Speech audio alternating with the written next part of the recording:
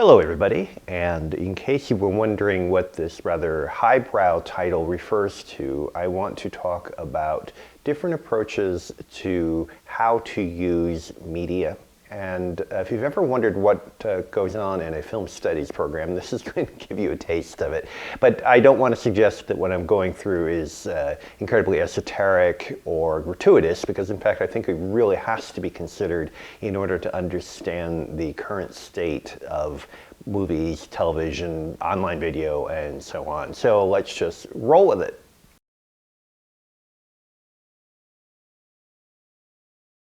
Now, when we talk about presentational media, we're talking about those in which there is an explicit recognition of the audience's presence.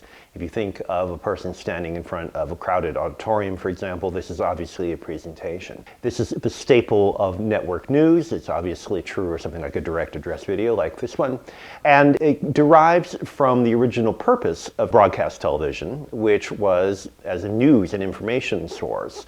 And of course, early television also frequently recorded live theatrical presentations, and so performers would be on a stage with an audience either explicitly present or certainly present through the audio. And so the idea is that there's no attempt to hide the fact that this is something going on to an audience. One thing that should be considered about this is, though, you should not assume that a presentational approach is true. In other words, I could be lying, obviously. I could be telling you a story. And so what is true about the presentational method is that it is a record of the presentation itself. But that doesn't mean that the content of the presentation is necessarily true or real.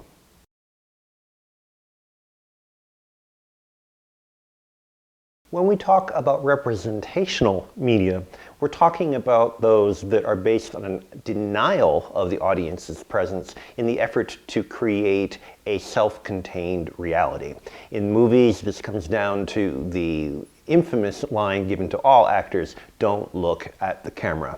And the idea is that this is derived from the conventions of 19th century capital R realistic theater, so-called fourth wall theater, in which the actors perform as if the theater audience or the film audience is not there. That they're creating a fabricated reality that should be emotionally engaging. Every effort is made, in fact, to make the audience forget that a movie is being made or a theatrical production is occurring. And this approach is central to classical Hollywood and to mainstream narrative filmmaking even today. And in those very rare occasions when there is a direct address in a mainstream narrative, that's to say when an actor turns to the camera and speaks directly to the viewer, this is what's called a reflexive gesture.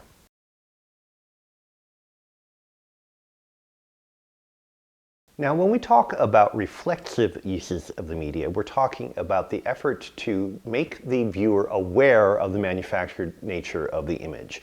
Now, there's nothing new in this. It goes back at least to the silent era, where there are examples of people using the medium reflexively.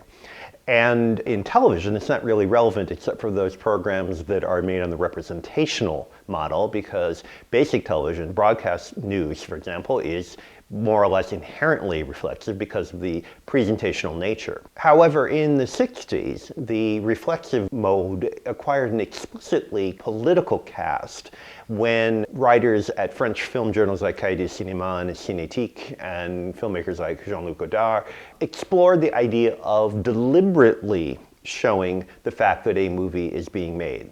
The political idea behind this is that by doing so, by shaking the viewer out of the lethargy or the indolence of just simply watching a movie and let it wash over them, that we would become actively engaged and therefore politically motivated by recognizing the structures of production and oppression involved in mainstream media. Now, that's long past.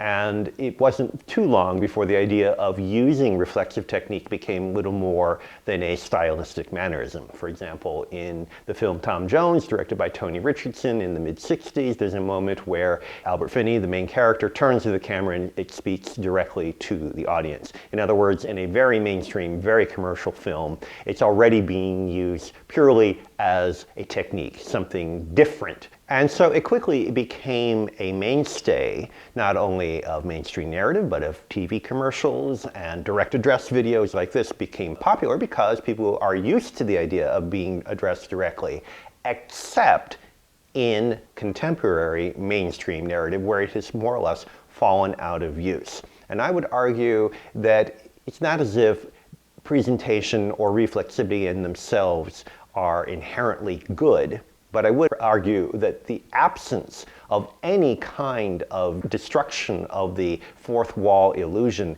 in mainstream contemporary film is an example of how utterly hidebound and conservative it is, how tied to the 19th century method it is, and how really far behind it is all other motion media, because they still want to make a movie as if it were 1880.